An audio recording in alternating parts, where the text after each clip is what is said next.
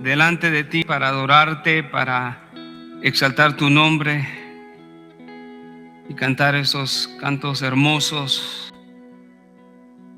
recordando, Señor, que solamente de ti depende nuestra santidad, nuestra santificación, Señor. Te damos gracias por tu Hijo, que en la cruz lo logró todo por cada uno de nosotros. Y ya no hay necesidad, Señor, de una obra más, de una obra extra. Todo fue completado en la cruz. Siempre, Padre, recordamos el momento en que tú nos llamaste. Y nuestra vida pasada es no más una memoria, Padre. Y te damos gracias, Señor, porque sabemos que nunca hubiéramos podido obtener tanta bendición por nuestros méritos, por nuestras fuerzas, por nuestro conocimiento. Pero gracias a tu infinita misericordia, tu gracia ha sobreabundado sobre cada uno de nosotros, Señor. Por eso tú eres digno de nuestra alabanza, Señor. Y no hay nada que pueda tomar tu lugar. El Dios creador del cielo y la tierra, glorioso y majestuoso. Dios hombre en Cristo Jesús. Gracias, Padre. Gracias, Señor, por todas tus bondades. Gracias por todos tus favores, Señor. Gracias por la iglesia. Gracias por cada uno de mis hermanos. Gracias, Señor, por la salud. Gracias, Señor, por la vida. La única razón por la que podemos estar acá de pie es porque respiramos por tu misericordia, Señor. Gracias, Padre. En nombre de Jesús, tu Hijo amado. Amén. Pueden sentarse, hermanos.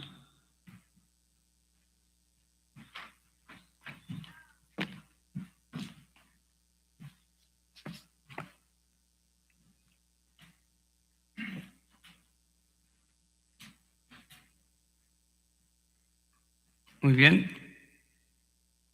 Vamos a continuar nuestro estudio de Mateo 24, entonces, hermanos, y les pido una vez más que abran sus Biblias en Mateo 24. Y vamos a dar lectura una vez más a todos los versículos, desde el versículo 3 al versículo 31, que fueron los mismos versículos que leímos la semana pasada. Si tiene la palabra del Señor abierta, leemos de la siguiente manera, y el libro de Dios dice: y estando él sentado en el monte de los olivos, se le acercaron los discípulos en privado diciendo: dinos, ¿cuándo sucederá esto? ¿Y cuál será la señal de tu venida y de la consumación de este siglo? Respondiendo Jesús les dijo: mirad que nadie os engañe, porque muchos vendrán en mi nombre diciendo: yo soy el Cristo, y engañarán a muchos, y habréis de oír de guerras y de rumores de guerras. Cuidado, no os alarméis, porque es necesario que todo esto suceda, pero todavía no es el fin. Porque se levantará nación contra nación y reino contra reino, y en diferentes lugares habrá hambres y terremotos. Pero todo esto es solo el comienzo de dolores. Entonces os entregarán a tribulación y os matarán, y seréis odiados de todas las naciones por causa de mi nombre. Muchos tropezarán entonces y caerán, y se traicionarán unos a otros, y unos a otros se odiarán.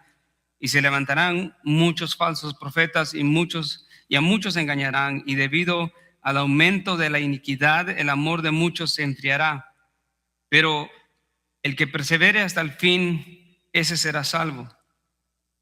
Y este evangelio del reino se predicará en todo el mundo como testimonio a todas las naciones, y entonces vendrá el fin. Por tanto, cuando veáis la abominación de la desolación que se habló por medio del profeta Daniel colocada en el lugar santo, el que lea, que entienda, entonces los que estén en Judea huyan a los montes. Y el que esté en la azotea no baje a sacar las cosas de su casa. Y el que esté en el campo no vuelva atrás a tomar su capa, pero ay de las que estén en cinta y de las que estén criando en aquellos días. Orad para que vuestra huida no suceda en invierno ni en día de reposo.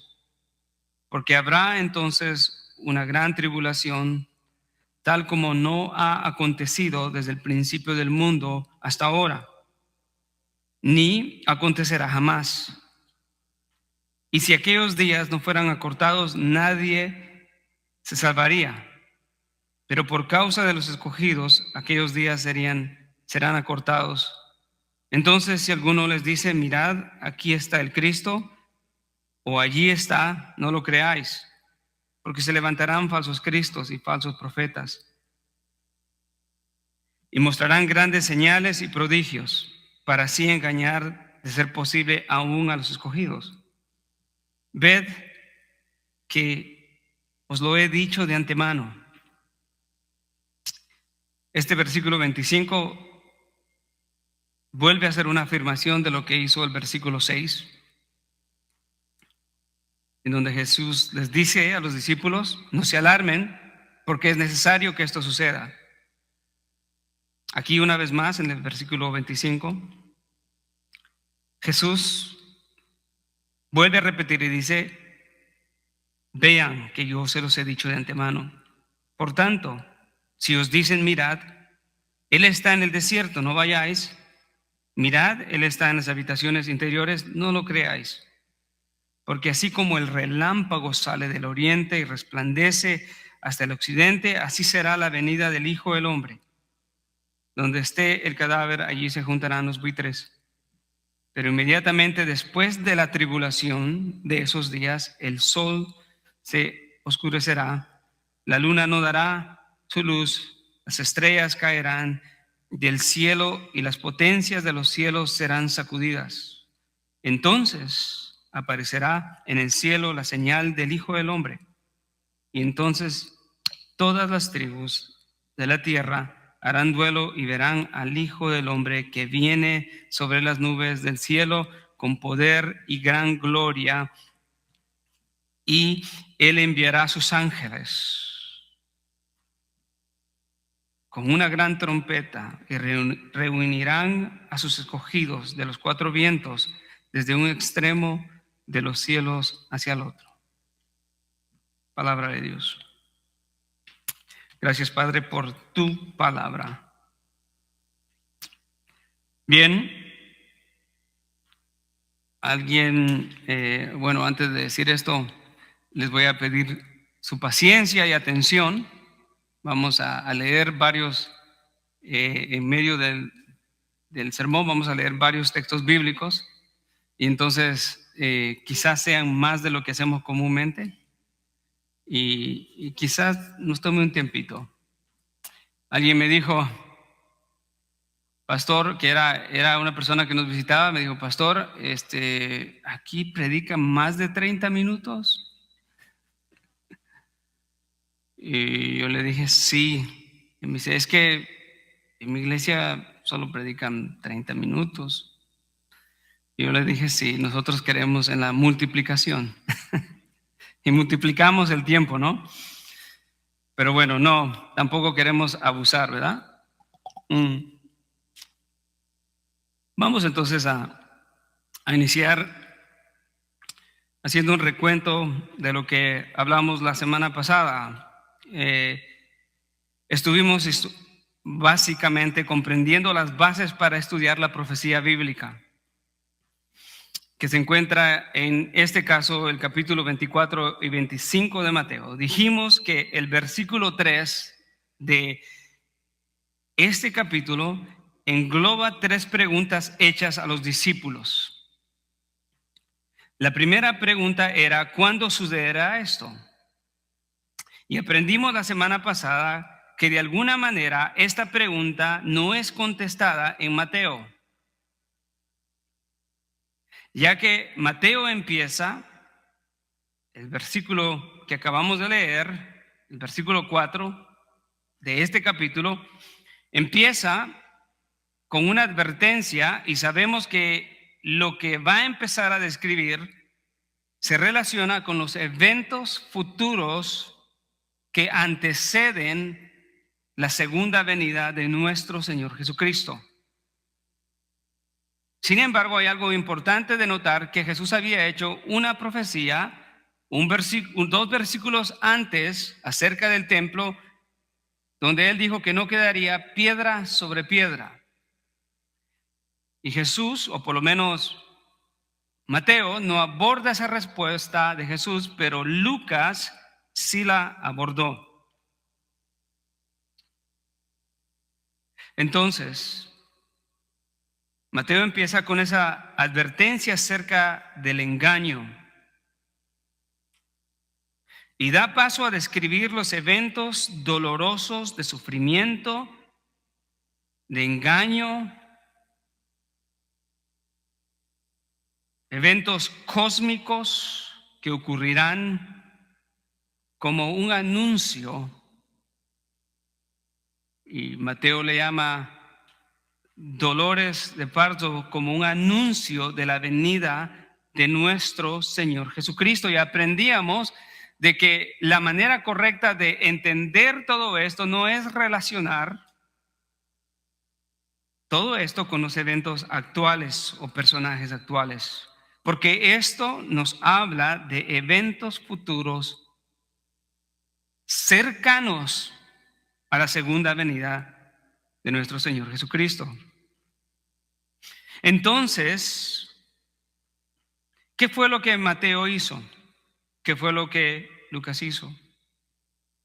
Para mantener una coherencia de la profecía bíblica, Mateo escribe guiado por el Espíritu Santo y nos habla solamente de lo que Jesús contestó acerca de los eventos futuros antes de la segunda venida, y nada de lo de la destrucción del templo. Como decía y vuelvo a repetir, el relato de Lucas es una descripción exacta de lo que sucedió en el primer siglo, cuando Dios juzgó a la nación de Israel por el rechazo a su Mesías. Esto cumplió la profecía de Jesús dicha en Mateo 24:2: no quedará piedra sobre piedra. Ahí Jesús afirmó que el esplendor del templo no era importante. ¿Por qué? Porque era algo inútil. El templo había sido usurpado por toda clase de práctica religiosa y había descuidado su principal propósito. Cuando Jesús limpia el templo, es una exhortación fuerte o una reprobación fuerte a los judíos y a todo lo que ahí sucedía.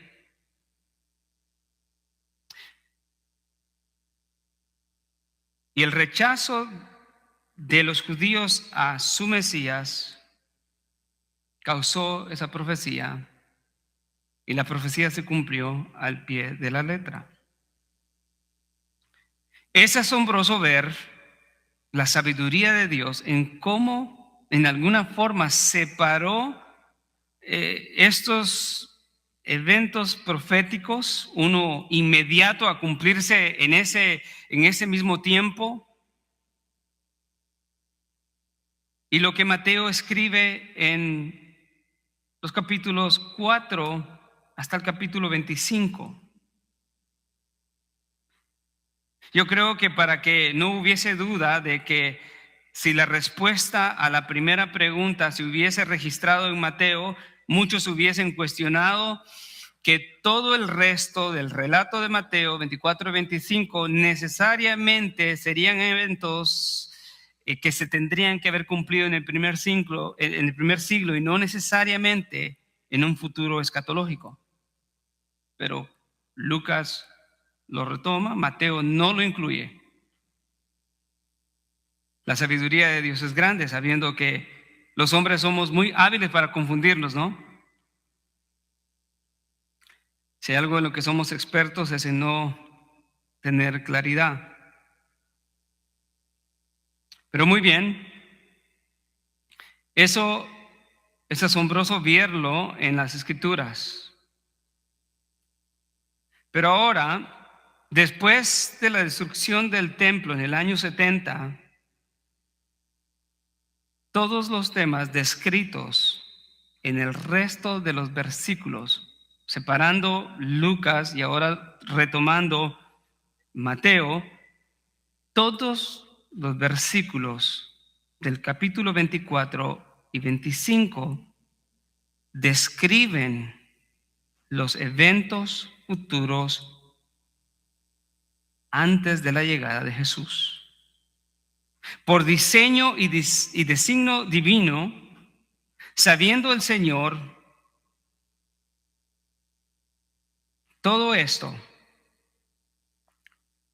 ha bendecido a la iglesia al dejarnos, hermanos, de alguna manera, como decía el domingo pasado, que nosotros comprendamos en alguna manera, quizás no exhaustiva, pero de una manera clara, lo que sucederá en el futuro. Esto es importante para la iglesia de hoy. Y alguien se preguntaría, pero si esos eventos no tienen nada que ver con nosotros ahora, ¿por qué Dios los dejó revelados en la Escritura para que nosotros lo entendiéramos? Y la respuesta es esta.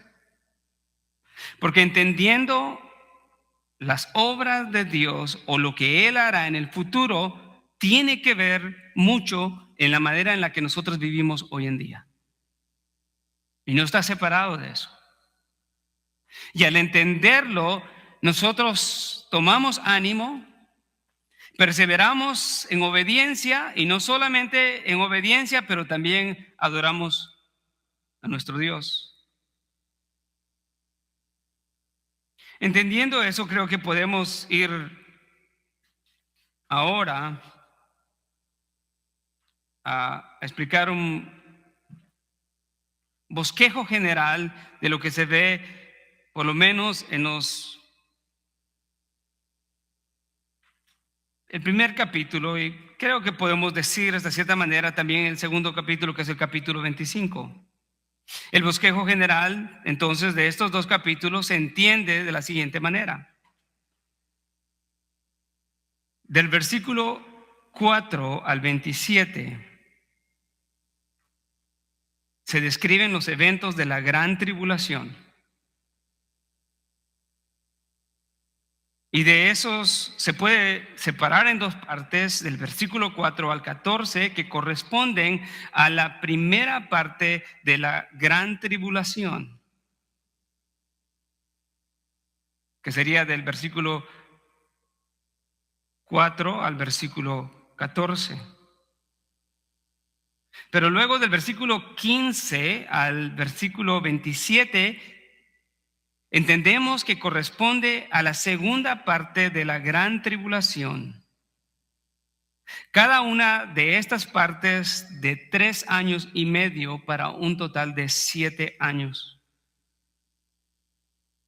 Ese es el periodo de tiempo conocido como la semana 70 que profetizó Daniel.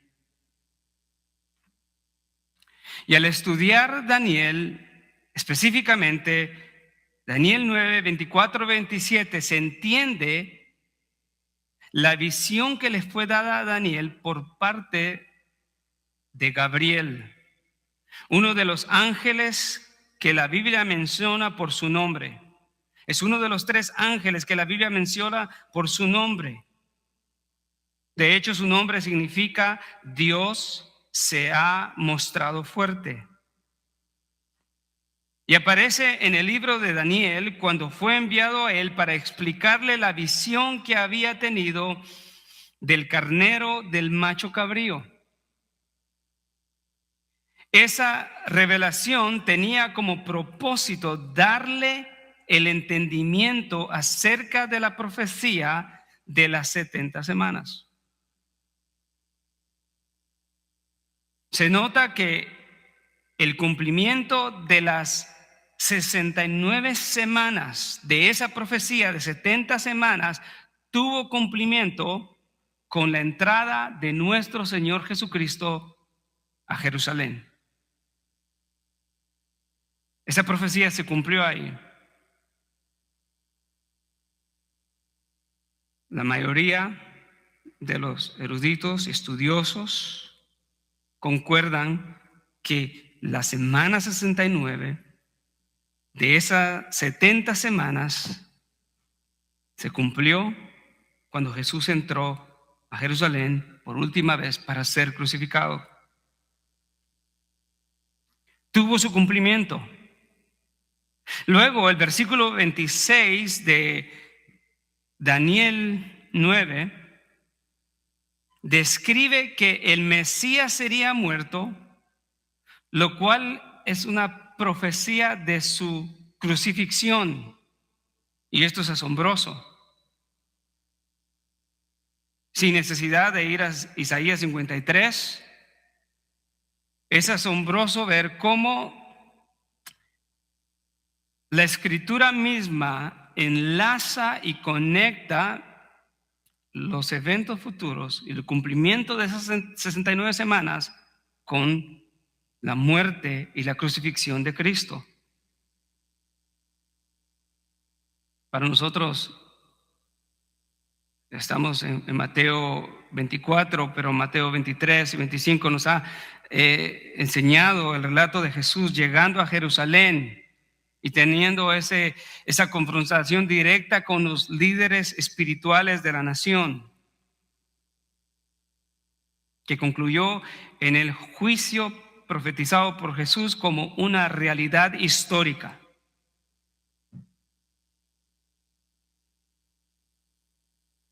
Vaya conmigo a Daniel y vamos a ver esto de una manera más cerca. Daniel 9:24.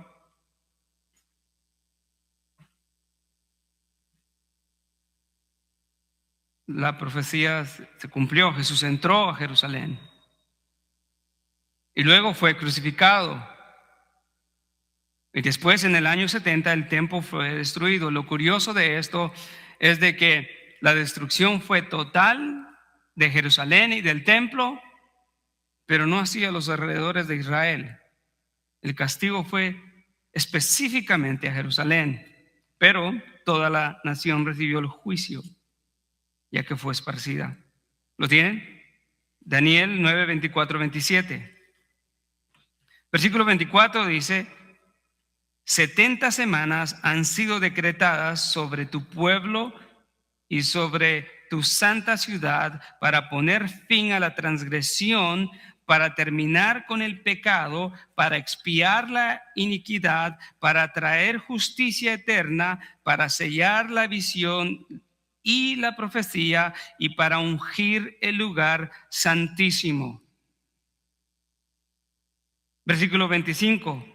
Has de saber y de entender que desde la salida de la orden para restaurar y reedificar Jerusalén hasta el Mesías príncipe habrá 7 semanas y 72 semanas. Volverá a ser edificada con plaza, foso, pero en tiempo de angustia. La ciudad Jerusalén sería edificada, pero ¿qué? En tiempo de angustia. Luego el versículo 26 dice, después de las 72 semanas, el Mesías, ¿qué? Después de las 62 semanas, el Mesías será muerto y no tendrá nada. Esto nos debe de maravillar y de sorprender la exactitud de la profecía bíblica. Exactamente cuando el Señor entra a Jerusalén, por última vez, en la forma en la que entró, porque Jesús ya había entrado previamente a Jerusalén, pero nunca había entrado abiertamente proclamando que Él era el Mesías y condenando a la élite de la religión judía, a los fariseos, a los escribas, a los sacerdotes. Y vemos la condenación de los 7 ayes, que era en un sentido unas declaraciones de terror por la condenación que vendría sobre ellos por su incredulidad. Sabemos que estaba a días de ser crucificado. Después de las 62 semanas, el Mesías será muerto y no tendrá nada, y el pueblo del príncipe que ha de venir destruirá la ciudad y el santuario. Su fin vendrá con inundación, aún hasta el fin habrá guerra. Las desolaciones están determinadas. Dios lo había decretado. Pero vea lo importante en el versículo 27.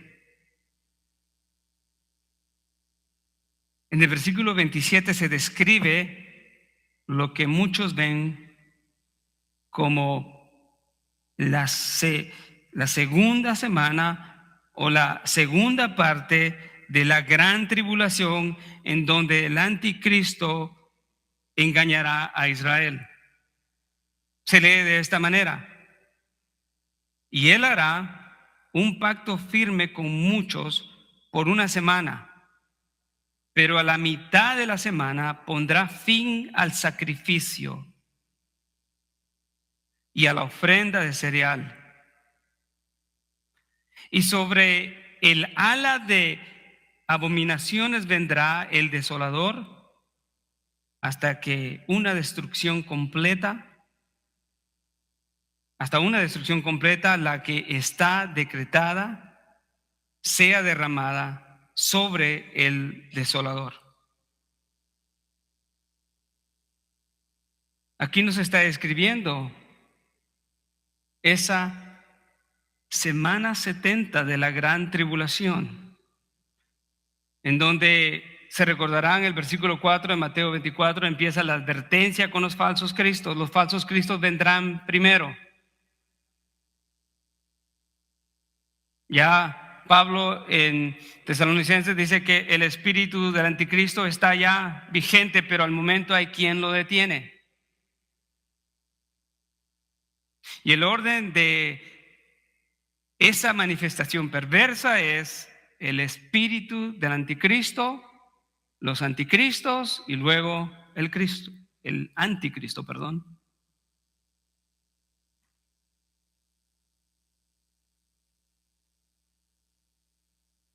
Segunda de Tesalonicenses 2, 3, 4 dice que nadie os engañe en ninguna manera, porque no sucederá esto sin que primero venga la apostasía y sea revelado el hombre de pecado, el hijo de perdición, el cual se opone y se exalta sobre todo lo que se llama Dios o es objeto de culto, de manera que se sienta en el templo de Dios presentándose como que si fuera Dios.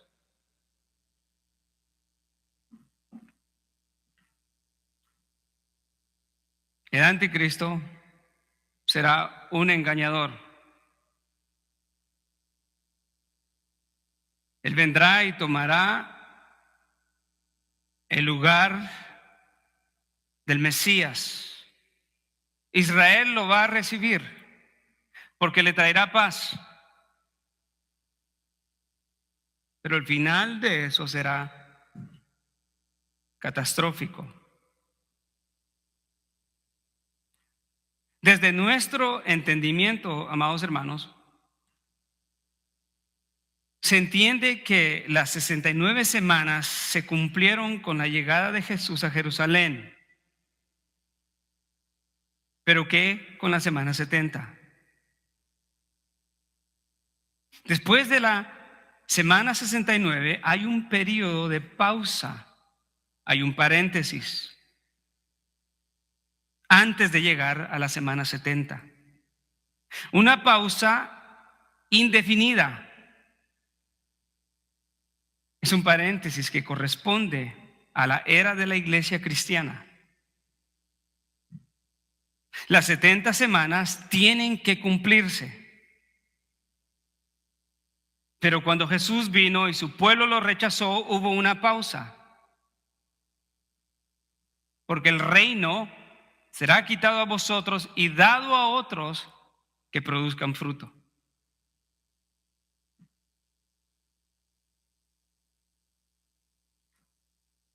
Sin embargo, la semana 70 tiene que cumplirse, pero en el plan de Dios abrió el tiempo para la era de la iglesia cristiana. Y hoy en día Dios obra y tiene un trato con el mundo a través de la iglesia cristiana. No es el pueblo de Israel.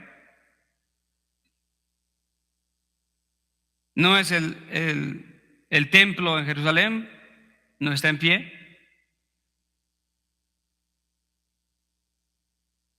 No son los profetas de Israel. Es la iglesia cristiana. El instrumento de Dios para tratar con el mundo y para predicar su evangelio y salvar a los que han de ser salvos. Pero la semana 70 tiene que cumplirse. Desde nuestro entendimiento, esa semana 70 se entiende como un evento escatológico también. Y eso es lo que describe Mateo 24:4 en adelante.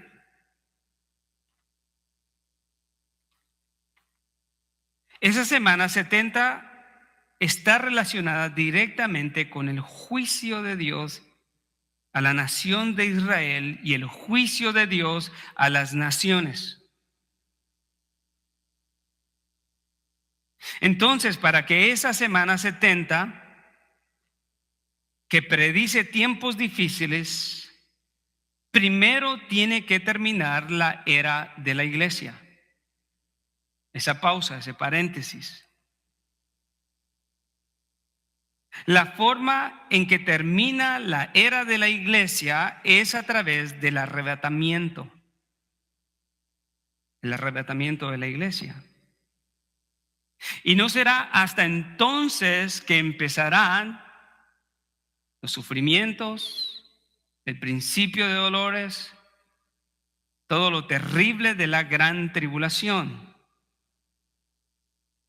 No puede suceder antes de que la iglesia sea arrebatada. Esa es la forma en la que inicia la gran tribulación.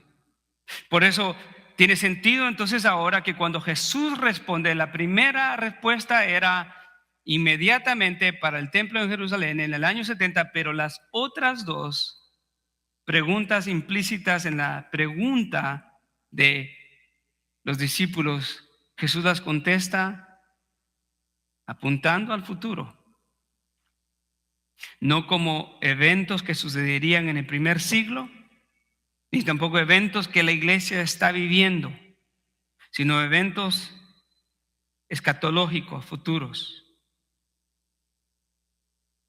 La iglesia tiene que ser arrebatada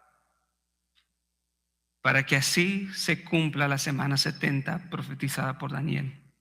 La iglesia no puede pasar por la gran tribulación. Y no puede pasar por la gran tribulación porque la gran tribulación tiene que ver directamente con los juicios de Dios a la nación de Israel y a las naciones del mundo.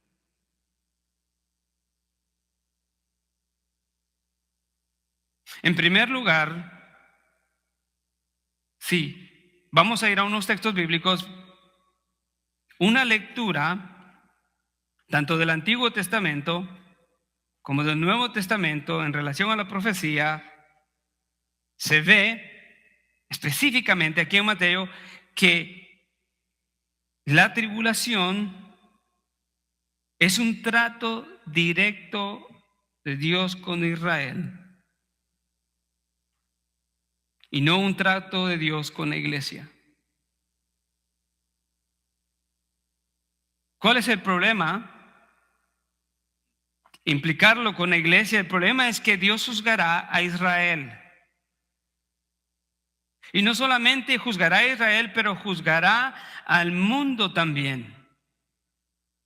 Y si la iglesia está presente en la tribulación, uno tendría que preguntarse, ¿pero por qué? La iglesia no puede ser objeto del juicio de Dios.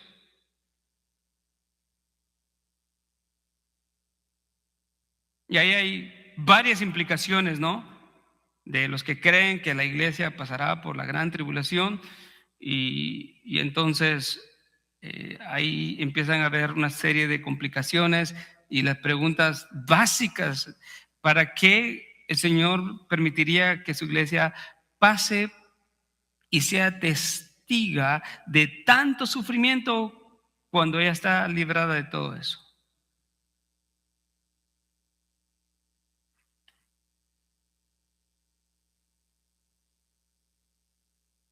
¿Juzgaría Dios a la iglesia? La respuesta enfática es por supuesto que no. Porque la iglesia ha sido justificada, ha sido comprada con la sangre de nuestro Señor Jesucristo. La iglesia será librada de la ira de Dios que viene para este mundo.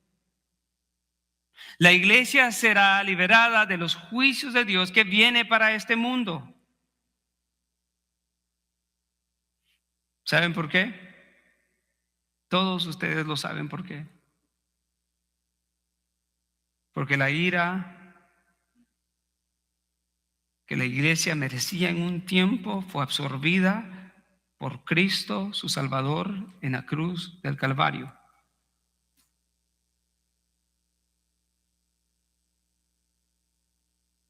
Y ahora cuando Dios ve a la iglesia, no la ve como objeto de su ira, sino la ve como el objeto de su amor y protección. Cuando ve a la tierra, no hay nada que le llame la atención al Señor, sino su iglesia, que fue comprada con la sangre de su Hijo Jesucristo. No puede haber una idea que encaje forzadamente que la iglesia pasará por la gran tribulación.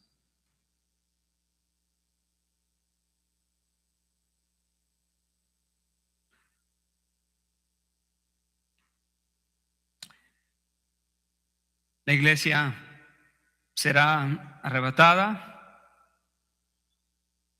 y el mundo, Israel, tendrán un trato directo con Dios en el cual nunca se ha vivido antes, la gran tribulación.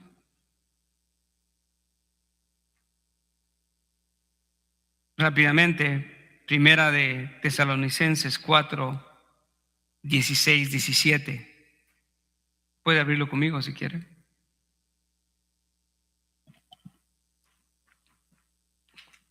¿Lo tiene?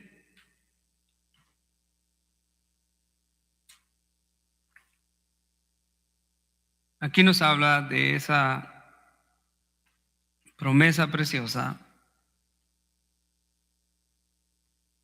que la tenemos que relacionar directamente con el amor y el cuidado de Dios para librar a su iglesia del juicio venidero.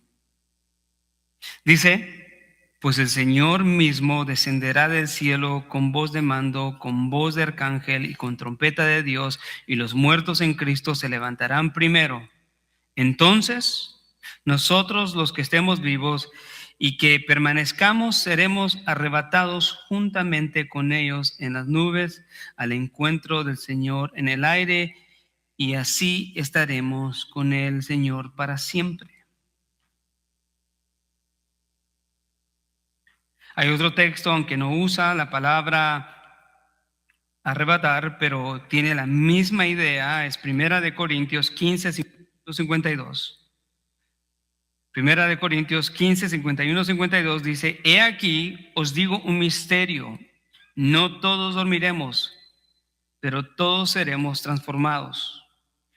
En un momento, en un abrir y cerrar de ojos, a la trompeta final, pues la trompeta sonará y los muertos resucitarán incorruptibles y nosotros seremos transformados. Gloria a Dios.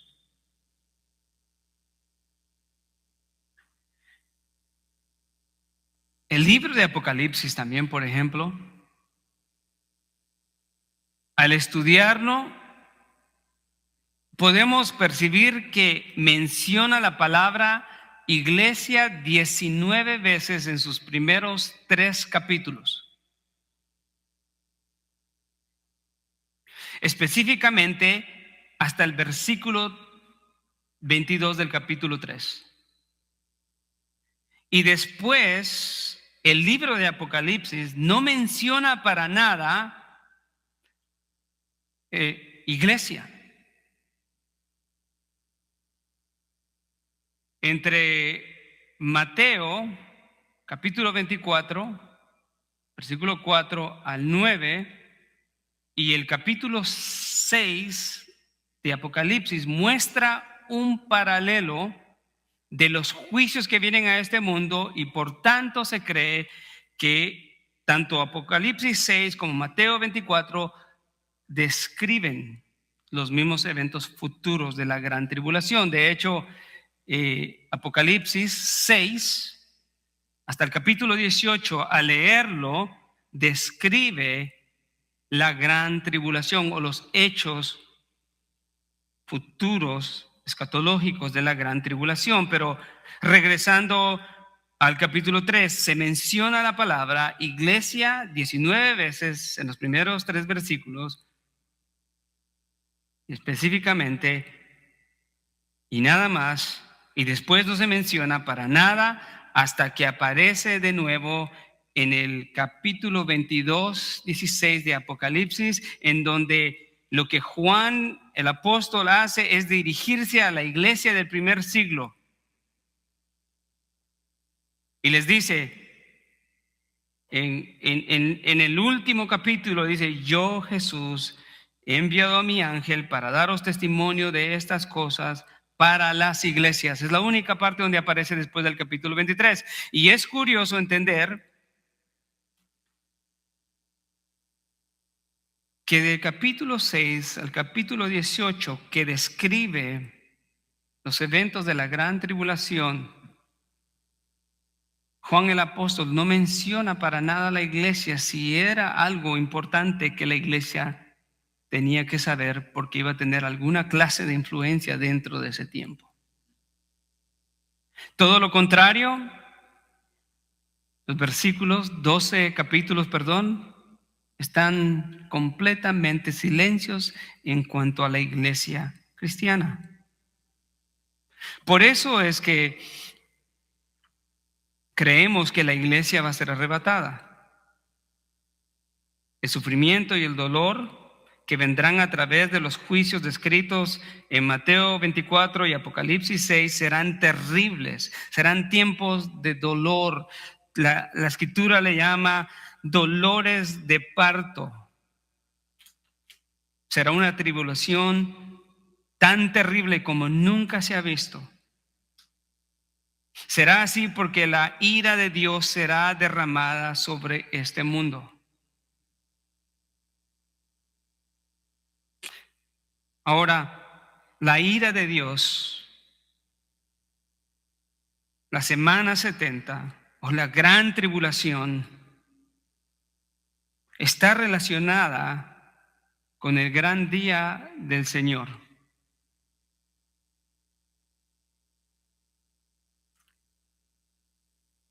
Y al leer el Antiguo Testamento podemos entender que la gran tribulación, amados hermanos, es un trato, una vez más, directo de Dios para juzgar y hacer volver a Israel para que crean en Jesucristo, su Mesías. Y una vez que ellos hayan creído en el Mesías, Dios los rescatará. Pero hay una condición fundamental y es creer en su Mesías. El último versículo de Mateo 23 que decía, no me volverán a ver hasta que no digan, bendito el que viene en el nombre del Señor.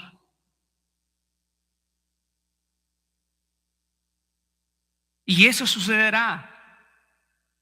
O sea, los juicios vienen para castigar, sí, para hacer juicio, pero también para purificar y para hacer volver el rostro de ellos a su Mesías.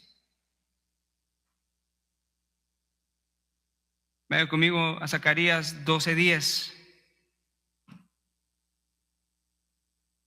Y esto es importante que lo lea porque ¿lo tienen? Zacarías 12:10 al 11 dice de la siguiente manera: y derramaré sobre la casa de David y sobre los habitantes de Jerusalén el espíritu de gracia y de súplica, y me mirarán a mí, a quien han traspasado, y se lamentarán por él como quien se lamenta por un hijo único, y llorarán por él como se llora por un primogénito. Aquel día habrá gran lamentación en Jerusalén, como la lamentación de Abad, Rimón, en el llanural de Megiddo. Esto describe el corazón de los judíos lamentándose amargamente por aquel que traspasaron.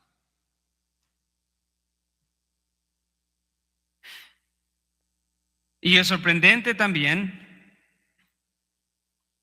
entender que después de que ellos reconozcan al Mesías, después de que lo acepten y Cristo lo rescate, los judíos mismos serán los que, según Apocalipsis 7:14, serán los que estarán predicando el evangelio en el mundo, que estará sufriendo toda esa tribulación. Puede ir conmigo, podemos ver por lo menos uno. Apocalipsis 7.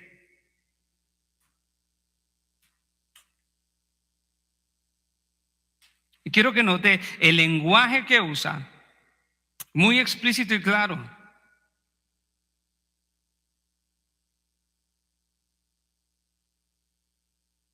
Después de esto vi a 4 ángeles de pie en los 4 extremos de la tierra, deteniendo los 4 vientos de la tierra para que no soplara viento alguno, ni sobre la tierra, ni sobre el mar, ni sobre ningún árbol. Y vi otro ángel que subía de donde sale el sol y que tenía un sello del Dios vivo, y gritó a gran voz a los 4 ángeles a quienes se les había concedido hacer daño a la tierra: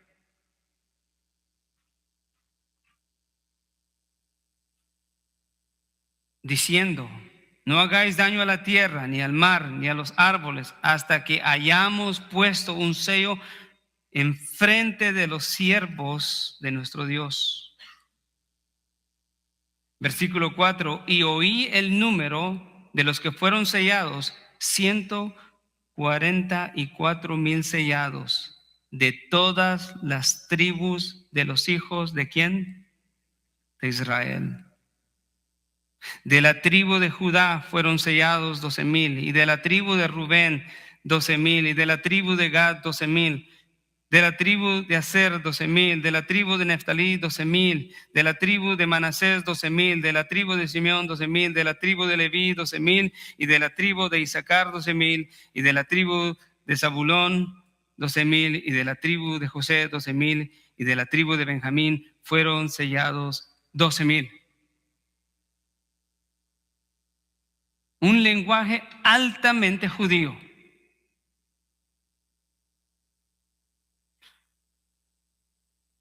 Si la iglesia está acá,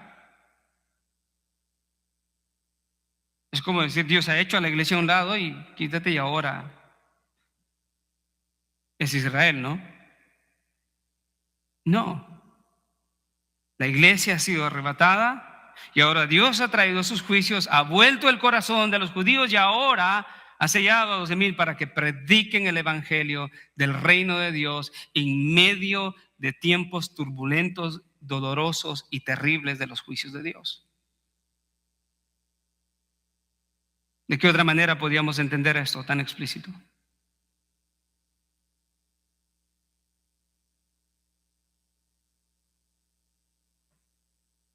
No queda más que maravillarse al ver lo que Dios hace.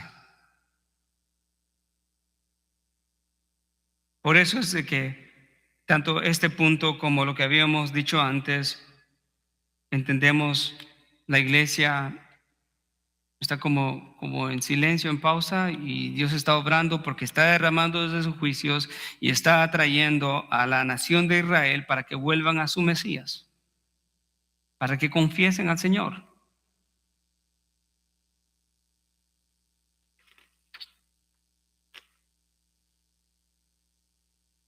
El discurso del Monte de los Olivos también tiene una influencia altamente judía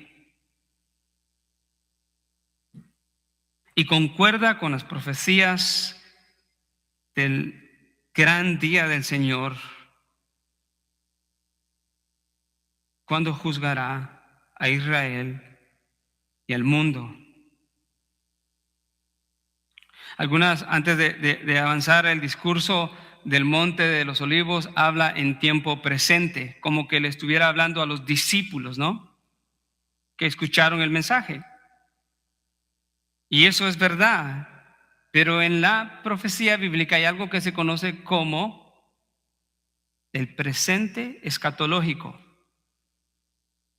en donde Dios habla a generaciones futuras como que en un presente y como que ellos estuvieran ahí, porque para Dios tanto el pasado, el presente y el futuro, todo es un presente.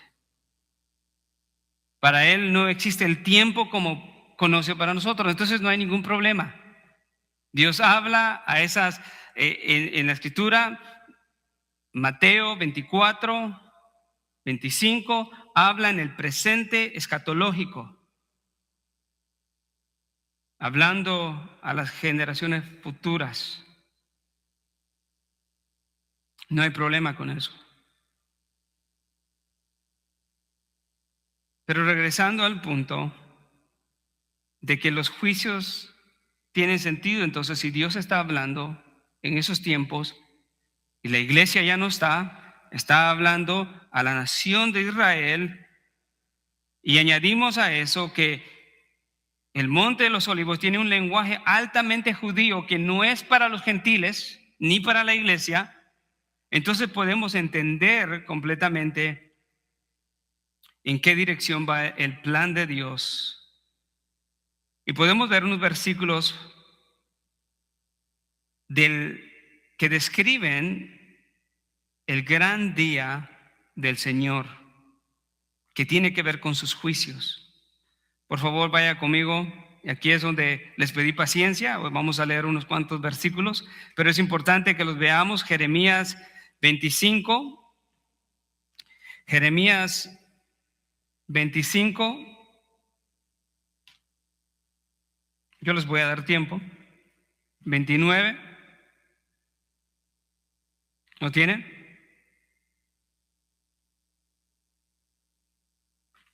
Jeremías 25, 29 a 30. Vea la gran tribulación, esos tiempos difíciles escatológicos que Jesucristo está profetizando a los discípulos, tienen que ver y está altamente relacionado con el gran día del Señor. Jeremías 25, 29 al 30 dice: porque he aquí, yo comienzo a causar mal en esta ciudad que se llama por mi nombre, y quedaréis vosotros sin castigo alguno. No quedaréis sin castigo, porque llamo a la espada contra todos los habitantes de la tierra, declara el Señor de los ejércitos. Tú pues profetizarás contra ellos todas estas palabras y les dirás: el Señor rugirá desde lo alto y dará voz desde su santa morada, rugirá fuertemente contra su rebaño, dará gritos como los que pisan las uvas contra todos los habitantes de la tierra. Vamos ahí mismo en el capítulo 30, versículo 7. Solo mueva unas cuantas páginas. Capítulo 30, versículo 4 y 7. ¿Lo tienen? Y dice ahí: estas son las palabras que el Señor habló acerca de Israel y de Judá. Porque así dice el Señor: he oído voces de terror, de pánico y no de paz. Preguntad ahora y ved si da a luz el varón, porque veo a todos los hombres con las manos sobre sus lomos como mujer de parto, y se han puesto pálidos todos los rostros. Ay, porque grande es aquel día, no hay otro semejante a él. Es tiempo de angustia para Jacob, mas de ella será librado. No solamente vemos el juicio de Dios, pero la promesa de ser librado. Esto está completamente, incluso el lenguaje de hombres en el versículo 6. Preguntad ahora, ved si da a luz el varón, porque veo que todos los hombres con las manos sobre sus lomos como mujer de parto, describiendo el terrible dolor del sufrimiento por los castigos de Dios. Vaya conmigo a Ezequiel 33.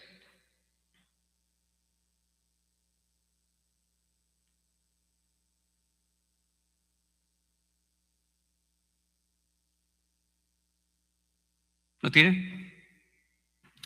Porque cerca está el día. Sí, está cerca el día del Señor, día de nubarrones, la hora de las naciones.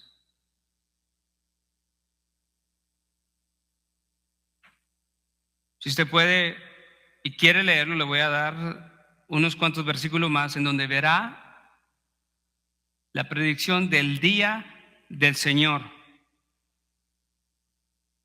Amós 5, 18, 20.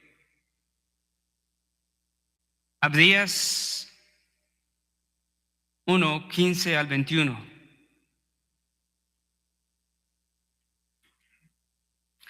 Zacarías 12, 1 al 14.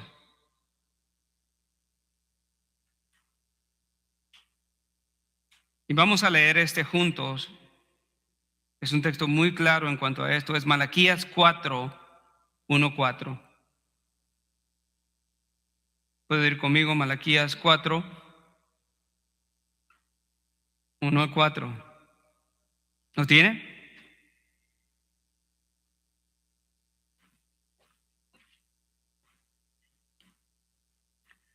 Porque he aquí, viene el día ardiente como un horno, y todos los soberbios y todos los que hacen mal serán como paja, y el día que va a venir les prenderá fuego, dice el Señor de los ejércitos, que no les dejará ni raíz ni rama. Mas para vosotros que teméis mi nombre, se levantará el sol de justicia, con la salud en sus alas, y saldréis y saltaréis como terneros del establo, y oraréis a los impíos, pues ellos serán ceniza bajo las plantas de vuestros pies el día que yo actúe, dice el Señor de los ejércitos. Acordaos de la ley de mi siervo Moisés y de los estatutos, de las ordenanzas que yo os ordené en Horeb para todo Israel. He aquí yo os envío al profeta Isaías antes que venga el día del Señor, día grande y terrible, en el cual, dice, él hará volver el corazón de los padres hacia los hijos. Vemos que entonces los juicios del Señor profetizados en el Antiguo Testamento están directamente relacionados, no con la iglesia, y están relacionados en alguna manera con el mundo, pero específicamente con su pueblo, la nación de Israel.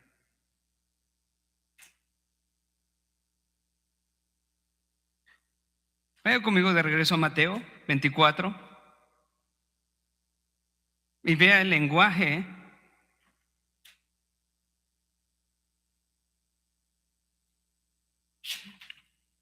Mateo 24, 15.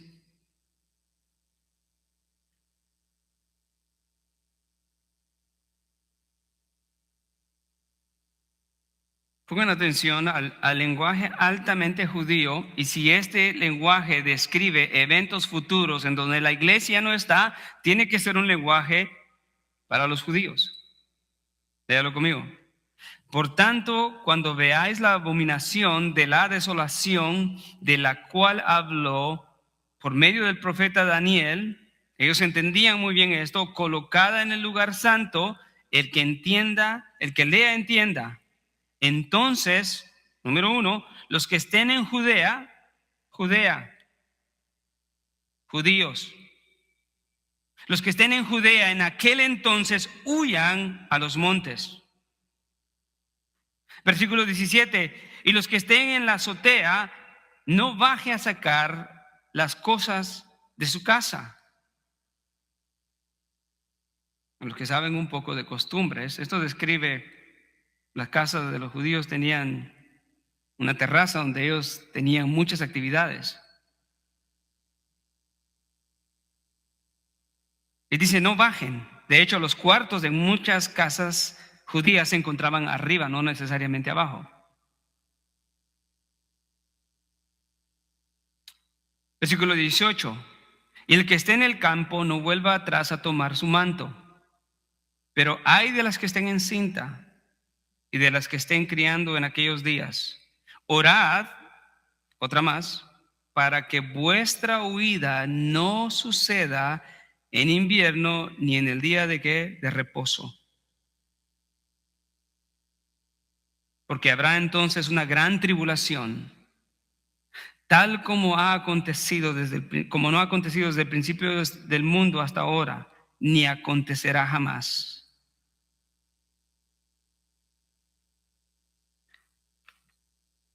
El lenguaje es altamente judío. Dice Richard Mayhew,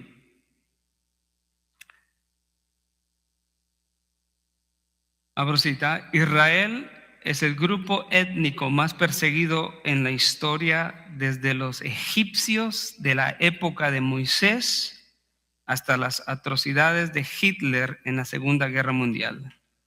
A menudo la raza judía ha estado a punto de ser eliminada.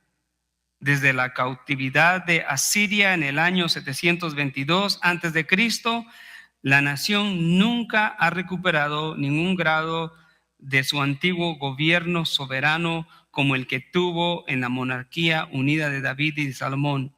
Hoy en día, los judíos representan menos del 0.5% de la población mundial. Las fronteras de Israel son aproximadamente, escuche esto, 265 kilómetros de norte a sur por 80 kilómetros de este a oeste, y sin embargo no ha sido destruido por incontables intentos de genocidio, ni se ha perdido su identidad étnica. Sigue siendo un pueblo reconocido en la tierra, identificable, que se remonta a ambos elementos, desde Abraham en Génesis 12 hasta, algunos han llamado esto el más grande de todos los milagros.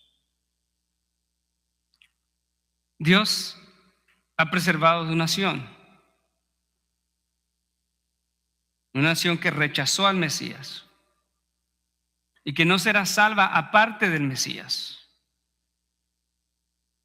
Dios llevará a la nación de Israel hasta el final de los tiempos, será recipiente de los juicios de Dios, objeto, de los juicios de Dios, reconocerá a su Mesías, serán restaurados, y entonces vendrá el reino de Dios. Todas las profecías que se hablan de Israel, en donde el Mesías gobernará desde Jerusalén en el trono de David, se cumplirán entonces. Si la nación de Israel deja de existir,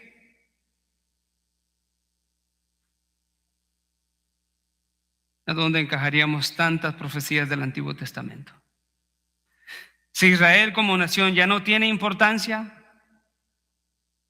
¿a dónde ponemos todas estas advertencias de juicio escatológico? Porque nunca se ha visto esos juicios en la historia de Israel, en la manera que lo describe.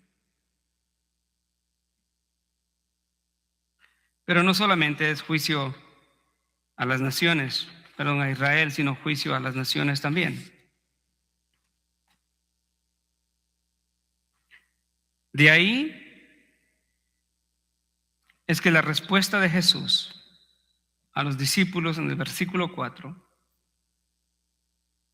Jesús les respondió y les dijo: mirad que nadie os engañe, porque estos tiempos serán tiempos de engaño. La advertencia principal que Jesús les hace a los discípulos cuando ellos le hacen la pregunta: dinos cuándo será la señal de tu venida y la consumación de este siglo, Jesús inmediatamente, sin titubear, les responde, les dice: mirad que nadie os engañe. Si el anticristo está en el control, si el sufrimiento está en su esplendor y todo lo que hay es caos, definitivamente el engaño será una característica de los hombres de los últimos días. Y la advertencia de Jesús es: mirad que nadie os engañe. Y advierte acerca de los falsos cristos. El versículo 5 dice: porque muchos vendrán en mi nombre diciendo yo soy el Cristo. Y lo terrible, amado hermano, mire lo engañoso del engaño es que engañará a muchos. Por eso Jesús advierte: tengan cuidado. De hecho, la palabra mirad es un imperativo, no de mandato, sino un imperativo de urgencia. Estén atentos. Casi como diciéndolo: sean sobrios. Sepan vivir la vida espiritual.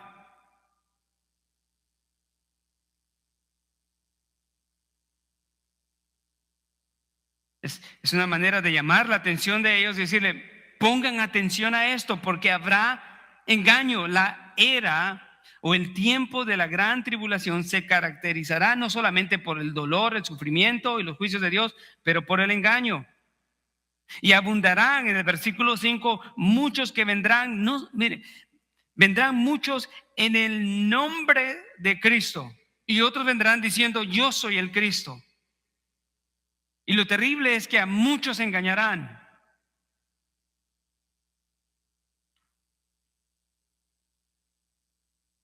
Y podemos entender un poco, ¿no?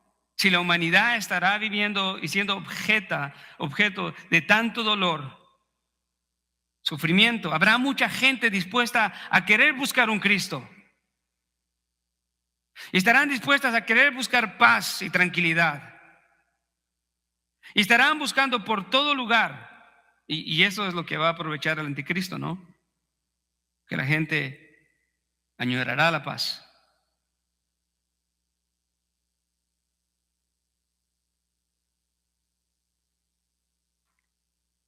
Tanto desearán tranquilidad, paz, que estarán dispuestos a escuchar a cualquiera que les diga, yo vengo en nombre de Cristo. Y otros diciendo, yo soy el Cristo. Y desafortunadamente a muchos engañarán.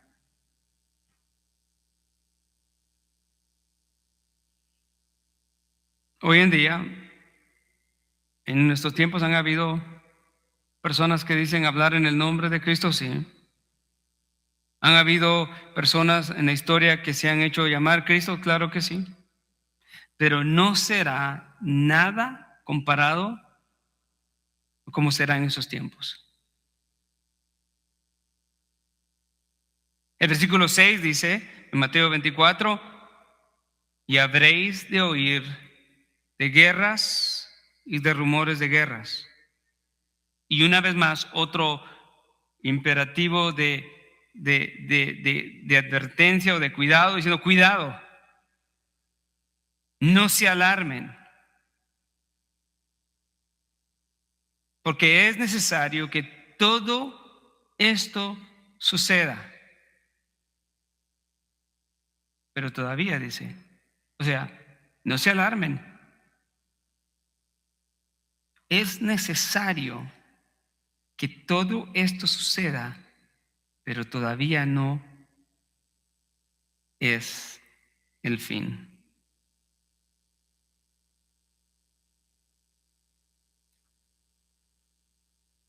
Esto es, como dice el versículo 8, el comienzo de dolores.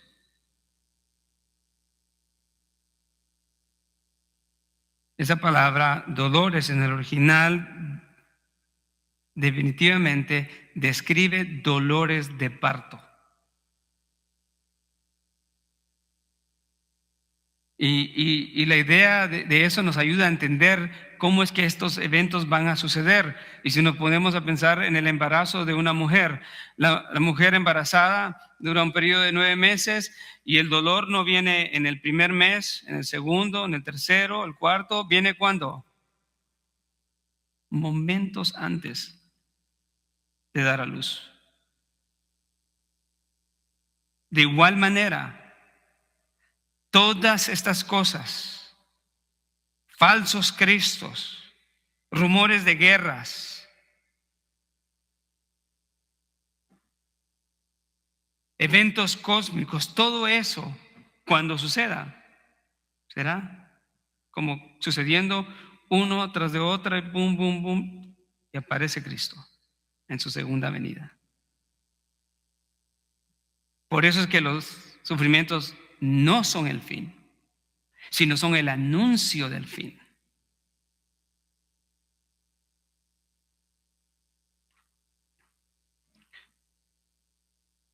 La necesidad de los tiempos, los sufrimientos, la maldad, la falta de amor harán que la gente busque soluciones a sus problemas, como lo hacemos hoy en día con menos. Y lo terrible de todo será que estarán dispuestos a recibir a cualquiera que se haga llamar un Mesías. Pero nosotros, ¿qué? ¿Cómo podemos aplicar todo esto a nuestra vida? Nosotros sabemos que no hay nadie que pueda llenar la altura o la talla del verdadero Cristo, el Hijo de Dios. Todos los falsos cristos nunca suplirán lo que los hombres buscan. Hay muchos incentivos por los cuales las personas buscan a Dios. Y a menos que Dios esté en el asunto, es posiblemente que todos los motivos que los hombres tengan para buscar a Dios sean erróneos. Algunas personas, como en estos tiempos, buscan a Dios cuando están llenos de enfermedad, cuando están pasando por un dolor, cuando les hace falta trabajo, cuando no tienen una persona, cuando no tienen amigos y tienen una inclinación a buscar a Dios.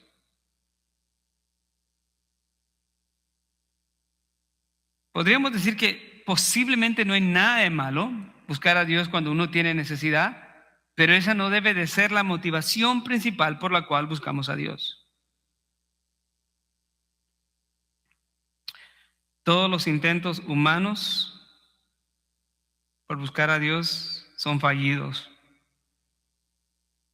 He visto personas que han buscado a Dios cuando un familiar ha muerto y el corazón me ha hecho ir con ellos y decirles, hermanos, Dios está contigo y Dios te va a dar fortaleza, y al mismo tiempo aconsejarles, decirles, mira, aunque Dios le importa todo esto, no es solamente cubrir una necesidad la razón por la que Dios quiere que estés aquí. Él quiere que tú le conozcas y que le entiendas y que sepas quién es Él y que le entregues tu vida.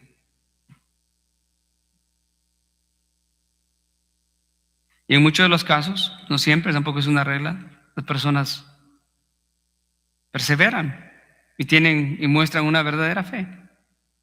En otros casos, cuando llega la paz, llega la abundancia y la tranquilidad y los problemas se van, también se van.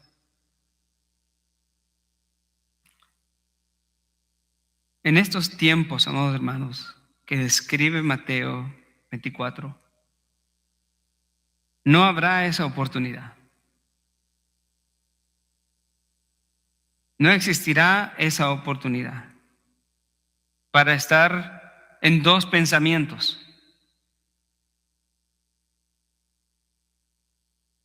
Solo aquellos que conocen al verdadero Cristo, como dice Mateo, perseverarán hasta el fin. Un comentario último de Mateo 24:6 es el aliento y el gozo que nos debe de dar a nosotros hoy en día. Jesús declara a la pregunta de los discípulos, quizás porque estaban angustiados, les dice, tengan cuidado, vendrán muchos en mi nombre, muchos falsos cristos, y van a oír de rumores de guerra, pero cuidado, no se alarmen porque es necesario que todo esto suceda, pero todavía no es el fin. Eso a nosotros nos debe de dar aliento y esperanza. ¿Sabe por qué? Porque nuestro Dios nunca será sorprendido por la tribulación o por el sufrimiento o por lo que depara el futuro. Porque Él es nuestro Dios, quien dice en la Escritura que Él declara el fin desde el principio. Y entender que Dios es soberano y que está en control de todas las cosas y que es por Él mismo que está sucediendo todo esto, nos debe dar gozo y alegría. Todo esto trata de Cristo. En primer lugar, el resultado de todo lo que estamos viendo es el resultado del rechazo de Cristo.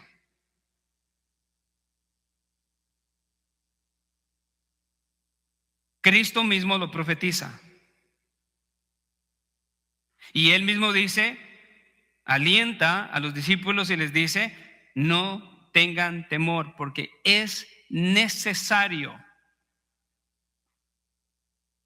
De hecho, la palabra necesario ahí en el original da la idea de algo que está amarrado y atado firmemente, o sea que tiene que pasar.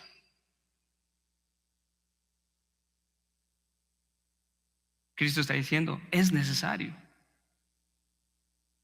Todo esto tiene que ver con Cristo y su poder soberano.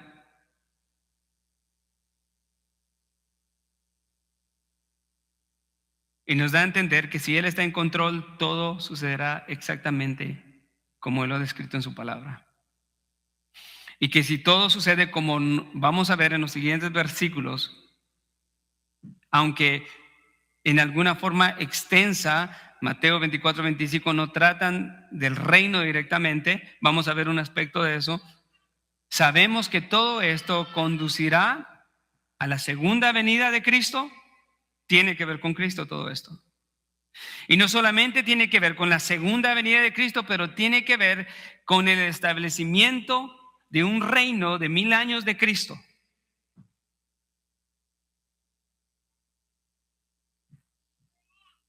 En el cual la iglesia participará.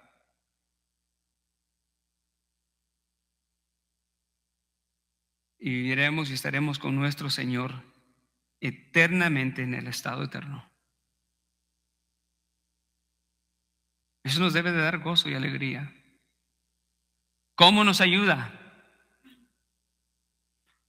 ¿Cómo nos ayuda a vivir hoy esto, hermanos? Nos anima a vivir fieles a Cristo. Nos anima a vivir esperanzado en las gloriosas promesas de Cristo y que Él no miente y no fallará.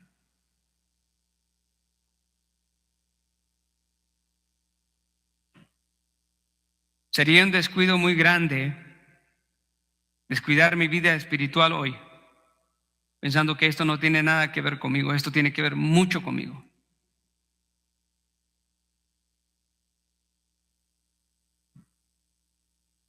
Tesalonicenses 1:4, ¿qué nos dice? Porque los muertos en Cristo resucitarán primero. No hay ninguno de los que están acá, que están en Cristo, que no vayan a ser testigos de esa gloriosa venida de nuestro Señor Jesucristo y de todo lo que Él hará en este mundo para establecer su reino. Si el Señor le place, no estaremos acá por un tiempo, pero seremos levantados de entre los muertos. ¿Cree en esa esperanza? Entonces tiene una relevancia vivir bien para Cristo. Tiene una relevancia esperar en la esperanza de la resurrección. Porque no hay nadie. Alguien podría decir, pastor, pues yo me voy a morir antes y en la segunda venida no. Bueno, será uno de los primeros que va a resucitar en el arrebatamiento.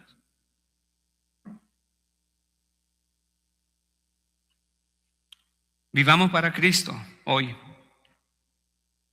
pensando en sus gloriosas promesas y en lo que Él ha dicho de antemano que es necesario que acontezca.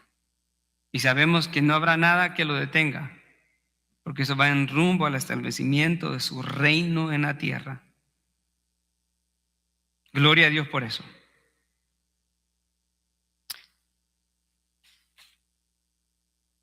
Damos gracias al Señor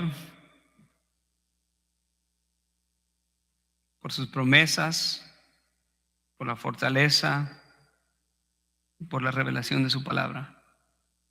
Oramos al Señor. Amado Padre Celestial, te damos gracias, Señor, por el gran privilegio que nos permites de escudriñar tu palabra, Señor. Y poder entender, Señor, que tú como Rey soberano, estás en control de cada uno de los eventos, Señor, presentes y futuros. Y que a ti te ha placido revelar esto en las Escrituras, Señor, para que tu iglesia lo conozca y pueda vivir hoy en día de una manera que glorifica tu nombre, que honra tu nombre, que vive en esa esperanza. Señor, ayúdanos, Señor, a entender esta porción de la palabra y a poder, oh Padre amado, aplicar, Señor, a nuestra vida las implicaciones, Señor, de lo que significa que tú estás en control de todas las cosas y que tú vendrás una segunda vez. Ayúdanos en este tiempo a vivir fielmente, santificando nuestras vidas, sirviéndote y más aún, Señor, proclamando el evangelio a los perdidos. Porque queremos que sean objeto, Señor, de esa misma gracia que nos llevará hacia ti y ser testigos del cumplimiento de tu palabra, Señor, en esta tierra, tanto para este mundo como para tu iglesia. Danos entendimiento, Señor. Danos humildad. Y sobre todo, Padre amado, ayúdanos a mantenernos fieles con la ayuda de tu Espíritu Santo, Señor, guiados por tu palabra bendita cada día de nuestra vida, Señor. Te damos gracias, Padre, en el nombre de Jesús. Amén.